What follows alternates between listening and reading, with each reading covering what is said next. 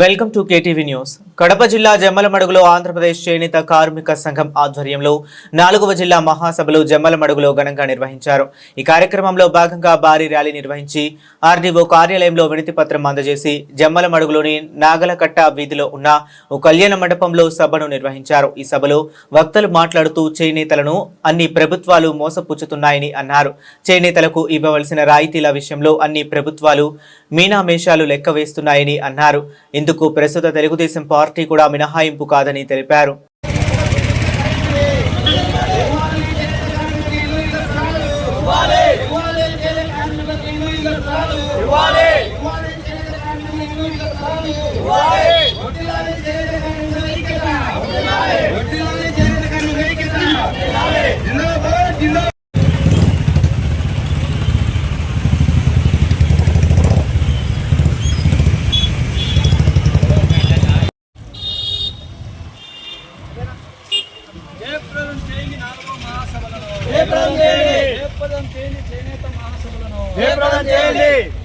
వెనకాల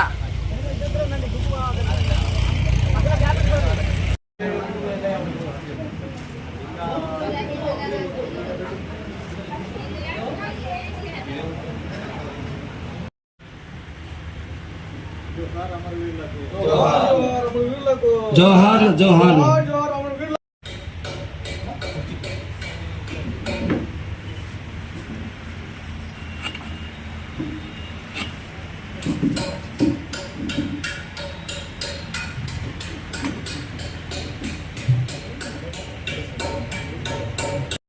గోబ్లెస్ గారు స్టేజ్ మీద రావాలని కోరుకుంటున్నాను.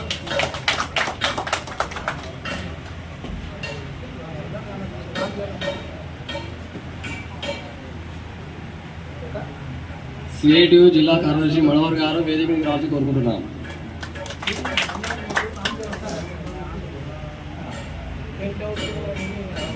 నా పేరు పిల్లలమరి బాలకృష్ణ, ఆంధ్రప్రదేశ్ చేనేత కార్మిక సంఘం రాష్ట్ర ప్రధాన కార్యదర్శి. ఈరోజు ప్రధానంగా కడప జిల్లా ఆంధ్రప్రదేశ్ చేనేత కార్మిక సంఘం 4వ మహాసభలు జమ్మలమడుగు గ్రామంలో జరుగుతూ ఉన్నాయి.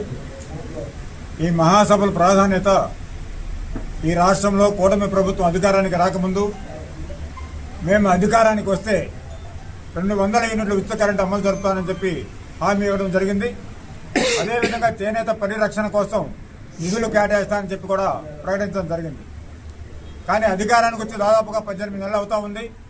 ఇప్పటికీ 200 యూనిట్ల ఉచిత కరెంట్ అనేది అమలు జరపనటువంటి పరిస్థితి కనపడతా ఉంది.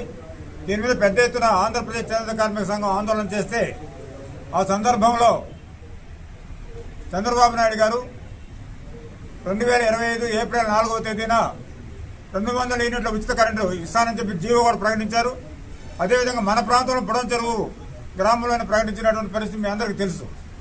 కానీ ఇప్పటికీ చూస్తే రాష్ట్రాన్ని విడగొట్టినటువంటి పరిస్థితి కనపడతా ఉంది.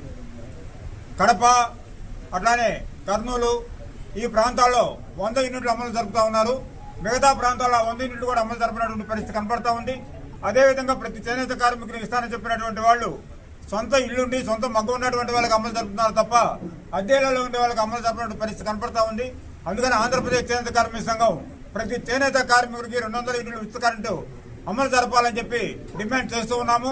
అదేవిధంగా గత ప్రభుత్వం నేతన్న నేస్తం పేరుతో చేనేత కార్మికులకు 24,000 రూపాయల సంవత్సరానికి ఇచ్చింది. ఆ సందర్భంలో ఆంధ్రప్రదేశ్ చేనేత కార్మిక సంఘం ఆందోళన చేసిన సందర్భంలో తెలుగునాడు చేనేత కార్మిక సంఘం వాళ్ళు కూడా మాతో కలిసి వచ్చి మేము అధికారానికి వస్తే ప్రతి చేనేత కార్మికుడికి 24,000 రూపాయలు ఇస్తానని చెప్పి చెప్పడం జరిగింది. కానీ అధికారానికి వచ్చిన తర్వాత ఉన్న నేతన్న నేస్తం పథకాన్ని మొత్తం కూడా రద్దు చేసినటువంటి పరిస్థితి కనపడతా ఉంది. ఇప్పటికీ ఆ స్కీమ్ అనేది లేకుండా పోయింది. 2025 ఆగస్టు 7వ తేదీన చంద్రబాబు నాయుడు గారు ఆంధ్రప్రదేశ్ చేనేత కార్మిక సంఘం ఆందోళనని దృష్టిలో ఉంచుకొని 25,000 రూపాయలు ఇస్తానని చెప్పి ప్రకటించాడు. కానీ ఇప్పటికీ దాన్ని కూడా అమలు జరపనటువంటి పరిస్థితి కనపడతా ఉంది. మేము అధికారానికి వస్తే రాష్ట్రంలో ఇల్లు లేనటువంటి వాళ్ళు లేకుండా చేస్తానని చెప్పారు.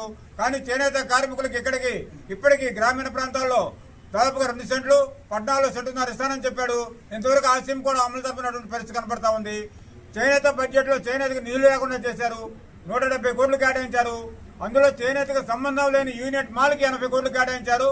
చేనేత సహకార సంఘాల్లో పనిచేసిన కార్మికులు వాళ్ళు నేసిన దానికి త్రిప్ట్ ఫండ్ కింద 27 కోట్ల రూపాయలు ఇవ్వాల్సింటే 5 కోట్ల రూపాయలు కేటాయించారు తప్ప ఒక్క రూపాయి కూడా విడుదల చేయనటువంటి పరిస్థితి. చేనేత కార్మికులు ముద్రా రుణాలు ఇస్తానన్నాడు. ముద్రా రుణాలు కూడా అందరికి ఇచ్చేటువంటి పరిస్థితి కనపడతా ఉంది. అదేవిధంగా మనం చూస్తే చేనేత పరిరక్షణ కోసం చేనేత సహకార సంఘాలను బలోపేతం చేసి చేనేత సహకార సంఘాలకు ఎన్నికలు జరుపుతానని చెప్పి ఇప్పటికి ఎన్నికలు జరపలేదు. చేనేత సహకార సంఘాలు మొత్తం నిర్వీర్యమైపోతా ఉన్నాయి. ప్రధానంగా 1985లో రాజీవ్ గాంధీ గారు చట్టం తీసుకొచ్చారు. దేశవ్యాప్తంగా ఉన్నటువంటి ప్రభుత్వ పాఠశాలలో చదువుతున్న బాలికలకి చేనేత వస్త్రాలు మాత్రమే కుట్టించి ఉచితంగా ఇవ్వాలని చెప్పి చట్టం తీసుకొస్తే ఈనాడు ఆప్కో చైర్మన్లుగా ఉన్నటువంటి వాళ్ళు కానీ మంత్రులుగా ఉన్నటువంటి వాళ్ళు కానీ చేనేత వస్త్రాలు ఇవ్వకుండా తమిళనాడు వెళ్లి ఈరోడ్లో పౌర్లూమ్ వస్త్రాలు తీసుకొచ్చి కుట్టించి ఇచ్చి అవి హ్యాండ్లూమే అని చెప్పి కోట్ల రూపాయలు దిగుమొగుతా ఉన్నటువంటి పరిస్థితి కనపడతా ఉంది. ఈ రాష్ట్రంలో ఈ జిల్లాలోనే చూస్తే కడప ఆప్కో చైర్మన్గా ఉన్నటువంటి శ్రీనివాసరావు గారు వేల కోట్ల రూపాయలు తిన్నారని చెప్పి ఆయన మీద కేసులు పెట్టి కోరు చుట్టూ తిరుగుతున్న పరిస్థితి కనపడతా ఉంది. అందుకని ఇటువంటివన్నీ మానుకొని చేనేత వస్త్రాలే స్కూల్ పిల్లలకి ఇస్తే, అదేవిధంగా పోలీస్ యూనిఫామ్ కూడా చేనేతవి తయారు చేసి ఇస్తే, ప్రభుత్వ ఆసుపత్రిలో ఉన్నటువంటి డాక్టర్లకు నర్సులు కూడా చేనేతవి తయారు చేసి ఇస్తే 365 రోజులు చేనేత కార్మికులకు పని జరుగుతుంది, వాళ్ళ జీవన ప్రమాణం పెరుగుతుంది. ఆ విధంగా చేయాలని, అదేవిధంగా చేనేత నాశనం కావడానికి పౌర్లూమ్ వస్త్రాలనేది పౌర్లూమిని అరికట్టకుండా పౌర్లూమికి కోట్ల రూపాయలు రాయితీలు ఇస్తా ఉంది ప్రభుత్వం. అందుకని కోట్ల రూపాయలు రాయితీలు ఆపి పౌర్లూమ్ యజమానుల మీద చర్యలు తీసుకొని 11 రకాల రిజర్వేషన్ ఖచ్చితంగా అమలు జరపాలని ఈ రోజు జరుగుతున్నటువంటి 4వ జిల్లా మహాసభలో ఆంధ్రప్రదేశ్ చేనేత కార్మిక సంఘం డిమాండ్ చేయబోతా ఉన్నది. ఈరోజు చేనేత కార్మిక సంఘం ఆధ్వర్యంలో 4వ మహాసభ జమ్మలమడుగులో జరుగుతున్నది. వాటికి ప్రభుత్వాల వైఫల్యాలు విధానాలు వాటిని ముందుకు తీసుకొని పోవడము, కార్మిక శ్రేయస్సు కోసము ఈ మహాసభ ఉపయోగపడాలని చెప్పి మేము చెప్పడం జరుగుతూ ఉంది. కానీ రాబోయే రోజుల్లో కూడా చేనేతలకు ఏమొచ్చే పరిస్థితి లేదు, వాళ్ళకేం సహకారం అందించని పరిస్థితి కూడా కనబడతా ఉంది. ఓ తిట్టేమో 500 యూనిట్లు చంద్రబాబు నాయుడు గారు చెప్పారు, 500 యూనిట్లు ఇస్తాను నేను ఉచితమని చెప్పి. అయ్యా బాబు, మాకు 500 యూనిట్లు వద్దు, మాకు 200 యూనిట్లు అది సక్రమంగా అమలు జరిగే దానికోసం కృషి చేయండి అని చెప్పి మేము చెప్పాము. సరే, దానికి ఆలోచన చేస్తామని చెప్పి అది కూడా చాలా వరకు అన్యాయం చేసే పరిస్థితి ఉంది. ముందు పెద్దోళ్ళు చెప్పినట్టుగా 25,000 కూడా చెప్పారు. ఇక్కడ వచ్చి జమ్మలమడుగు గుడెం చెరువులో పెద్ద ఎత్తున సభలు పెట్టి వాటికి హామీ ఇచ్చి ఆ హామీ ఇంతవరకు నెరవేర్చలేని పరిస్థితి కనబడతా ఉంది. ఓ తిట్టు టెక్స్టైల్స్ పార్కు 2004, 2009లో తయారైతే వాటిని పట్టించుకునే దిక్కు లేకుండా పోయింది. ఏదో చేనేత దినోత్సవం నాడు చేసేది, జాతీయ చేనేత దినోత్సవం నాడు టుక్ టుక్ అనేది అట్లా వచ్చేది, మనుషులు వెళ్ళిపోయేది, ఏదో అది చేస్తాం ఇది చేస్తామని చెప్పి. కానీ అది కూడా నీరు గారిపోయే పరిస్థితి వచ్చింది. మేమేం చెప్తున్నామంటే చేనేత కార్మికులకు పని కల్పించాలా, చేనేత పార్కులు కట్టించాలా, ఇక్కడ చేనేతను అభివృద్ధి చేయాలని చెప్పి మా సంకల్పంతో ఇక్కడ కూడా రాబోయే రోజుల్లో లాస్ట్కు కడప ఏడికి దగ్గరికి పోతే గన గుర్తింపు కార్డులు ఇవ్వలేని పరిస్థితి కనబడతా ఉంది. ఏమని అడిగితే గన కేంద్ర ప్రభుత్వం మాకు అమలు చేయలేదని చెప్పే పరిస్థితి కనబడుతుంది. ఈ బింకర్ బీమా సౌకర్యం కూడా చాలా వరకు అది 65 ఏళ్లకు అయితే ఇస్తాము, లేదంటే ఇయ్యమని చెప్పి చెప్పడం జరుగుతుంది. కానీ అది వయసుకు సంబంధం లేకుండా వాళ్ళకందరికీ వర్తింపు చేసి 1,50,000 వాళ్ళకి ఇవ్వాలని చెప్పి మేము డిమాండ్ చేస్తూ ఈ మహాసభలో వాటిని కూడా తీర్మానం చేసి ముందుకు పోతామని చెప్పి తెలియజేస్తున్నాం. చేనేత కార్మిక సంఘం మహాసభలో నిర్వహిస్తున్నాము. ఈ సమావేశంలో కొన్ని తీర్మానాలు చేయబోతున్నాము. 100 యూనిట్లు అనేది ఇప్పుడు వచ్చింది కాదు, గత ప్రభుత్వంలోనే చంద్రబాబు నాయుడు ప్రకటించారు, కానీ అది అంతలకలా ప్రకటించలేదు. మన రాష్ట్రంలో 3 డిస్కంలు ఉన్నాయి, ఎస్పీడీసీఎల్, సిపిడిసిఎల్, ఈపీడీసీఎల్. కానీ ఒక ఎస్పీడీసీఎల్ 5 జిల్లాలు మాత్రమే అమలు అవుతున్నాయి, అంటే ఉమ్మడి జిల్లాలు. కానీ మిగతా జిల్లాలో ఎక్కడే కానీ చేనేతలకు అమలు కావడం లేదు.